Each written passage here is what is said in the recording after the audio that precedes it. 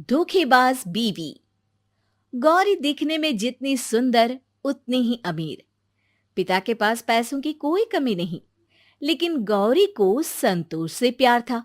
संतोष एक कामचोर लड़का था। पापा, मुझे संतोष से शादी करनी है। संतोष वो जिससे तुमने मुझे मिलवाया था? अरे बेटा, वो तो कोई काम नहीं करता और उसकी आदतें भी ठीक नहीं है। कोई बात नहीं ना पापा, शादी मुझे करनी है ना, मैं मैनेज कर लूंगी। देखो गौरी, पाल पोस पढ़ा लिखा कर मैंने तुम्हें इसलिए नहीं बड़ा किया है कि तुम किसी ऐरे गहरे से शादी कर लो। अगर ऐसा करोगी तो मैं तुम्हें एक पैसा नहीं दूंगा और तुमसे सारे रिश्ते खत्म कर लूंगा। गौरी पिता की बात संतोष को बताती है। अरे गौरी देखो, माता पिता का साथ सबसे ज्यादा जरूरी है, तो तुम वही शादी कर लो जहां वो बोलते हैं। लेकिन मैं तुम्हारे बिना कैसे रहूंगी? हम शादी कर लेते हैं ना, बाद में तो सब मान ही जाएंगे। देखो, रह तो मैं भी नहीं पाऊंगा, लेकिन मैं नहीं चाहता कि अगर वो ना माने तो तुम जिंदगी भर परेशान रहो। खैर, गौरी की शादी विवेक से हो जाती है। सरल, सुंदर और मेहनती। लेकिन एक दिन गौरी के फोन पर संतोष का फोन आता है। संतोष, तुम मुझे फोन मत किया करो, अब ये सब ठीक नहीं है। मेरे पति बहुत अच्छे हैं और मैं उन्हें धोखा नहीं दे सकती। हाँ हाँ गौरी, वो तो मैं भी नहीं चाहता। बस मैं मर रहा था तो सोचा तुम्हें बता दूं। तुम्हारे जाने के बाद मुझे ना भूख लगती थी ना प्यास। अब तो मैं इतना कमजोर हो गया हूं कि कभी भी मर सकता हूं। गौरी इमोशनल हो जाती है। नहीं नहीं संतोष, जीवन जीने का ये तरीका ठीक नहीं। अपने आज को संवारो प्लीज।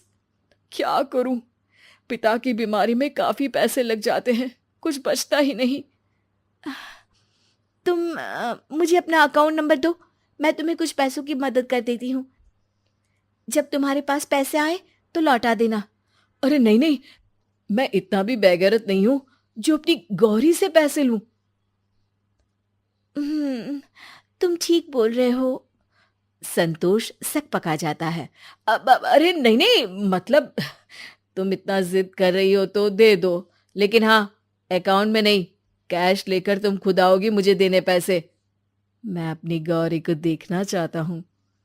अब क्या था, बेचारी गौरी पति के नेक होने के बावजूद भी संतोष की चालाकी भरी बातों में फंसती चली जाती है। गौरी, ये हार कितना सुंदर है। वैसे कितने गहने हैं तुम्हारे पास गौरी? बहुत। पापा की इकलौती थी तो नए गहनों के साथ दादी और माँ का खानदानी सारा गहना मुझे ही मिला। फिर पति भी ज्वेलर्स है तो यहाँ से भी अच्छा खासा। करोड़ों के गहने हैं मेरे पास। अच्छा, लेकिन रहते तो सारे पति के पास ही है ना। अरे नहीं नहीं, क्यों भला? पर हाँ, पुराने सारे तुड़वा कर मैंने इनको ही दिए हैं, नए डिजाइन के बनवाने के लिए। आज तो आ भी जाएंगे। अच्छा छोड़ो ना, कल मिलता हूँ। आज जरा पापा को लेकर अस्पताल जाना है। अच्छा सुनो, कुछ पैसे हो तो आते ही लौटा दूंगा मैं। नहीं, कैश तो बस ये 20-30 हजार ही है। दे दो, फिलहाल इतने से ही काम चला लूंगा। गौरी घर आती है जहां पति खाने पर उसका इंतजार करता है। अरे आप सोए नहीं और खाना? खाना कभी खाया है तुम्हारे बिना जो आज खा लूंगा? चलो जल्दी से चेंज करके आ जाओ, खाना साथ में खाते हैं। मैं तो खाकर आई हूं, आप खा लीजिए। ये बोलकर वो कमरे में चली जाती है।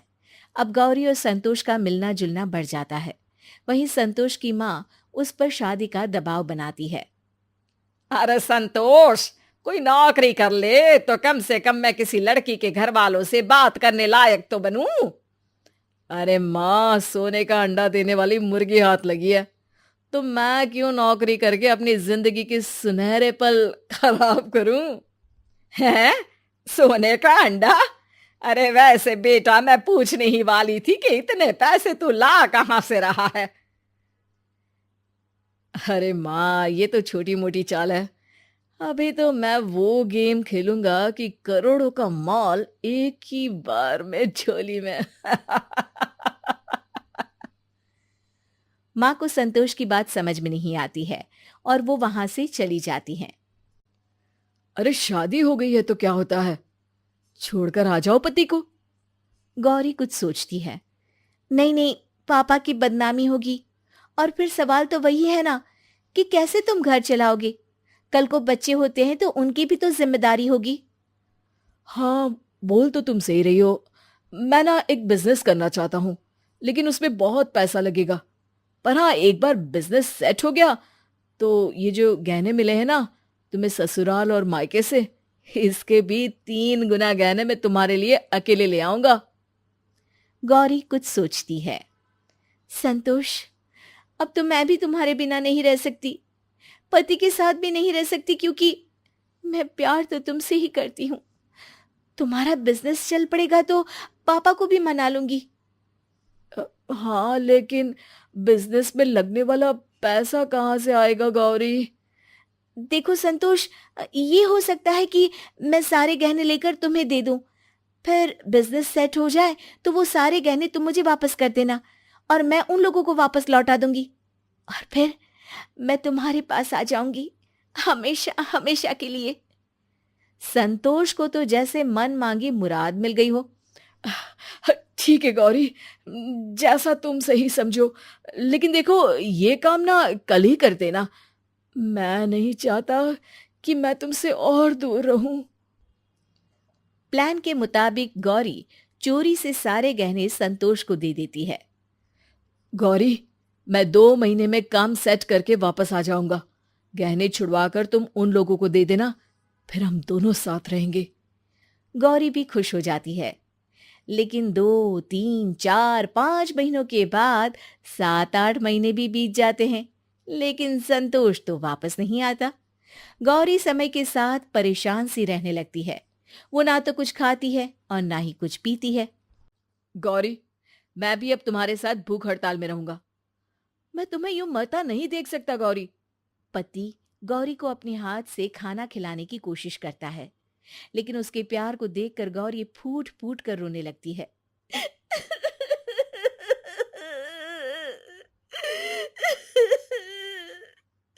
मुझे माफ कर दीजिए, मैं काफी शर्मिंदा हूँ।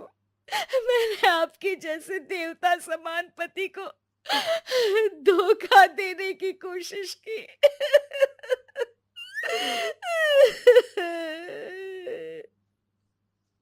गौरी, मैं सब जानता हूं। तुम्हें रोने की कोई जरूरत नहीं है। वो इंसान गलत था, ये तुम्हारे पिताजी ने मुझे पहले ही बता दिया था। बस मैं ये इंतजार कर रहा था कि तुम्हें समझ में आ जाए। तुम समझ गई हो। बस अब मुझे क्या चाहिए? लेकिन मैंने उस धोखेबाज आदमी को गहनों का पूरा बैग दे दिया था, जिसमें मेरे मायके और ससुराल के मिलाकर करोड़ों के गहने थे। तुम्हारा एक एक गहना मेरे पास रखा है। मैं समझ चुका था, इसलिए मैंने गहनों की डिजाइन भी बदल दी और तुम्हें नकली गहनों का बैग मैंने दे दिया। असली वाले तो मेरे पास है। और वो असली गहनों का बैग गौरी को दे देता है। गौरी खुश होकर पति के गले लग जाती है। अच्छा हुआ कि वो नहीं आया, वरना पता नहीं मैं कैसे आपके जैसे पति को दोबारा पाती। अरे मेरी बीवी, ऐसे थोड़े ही जाने देता मैं आपको।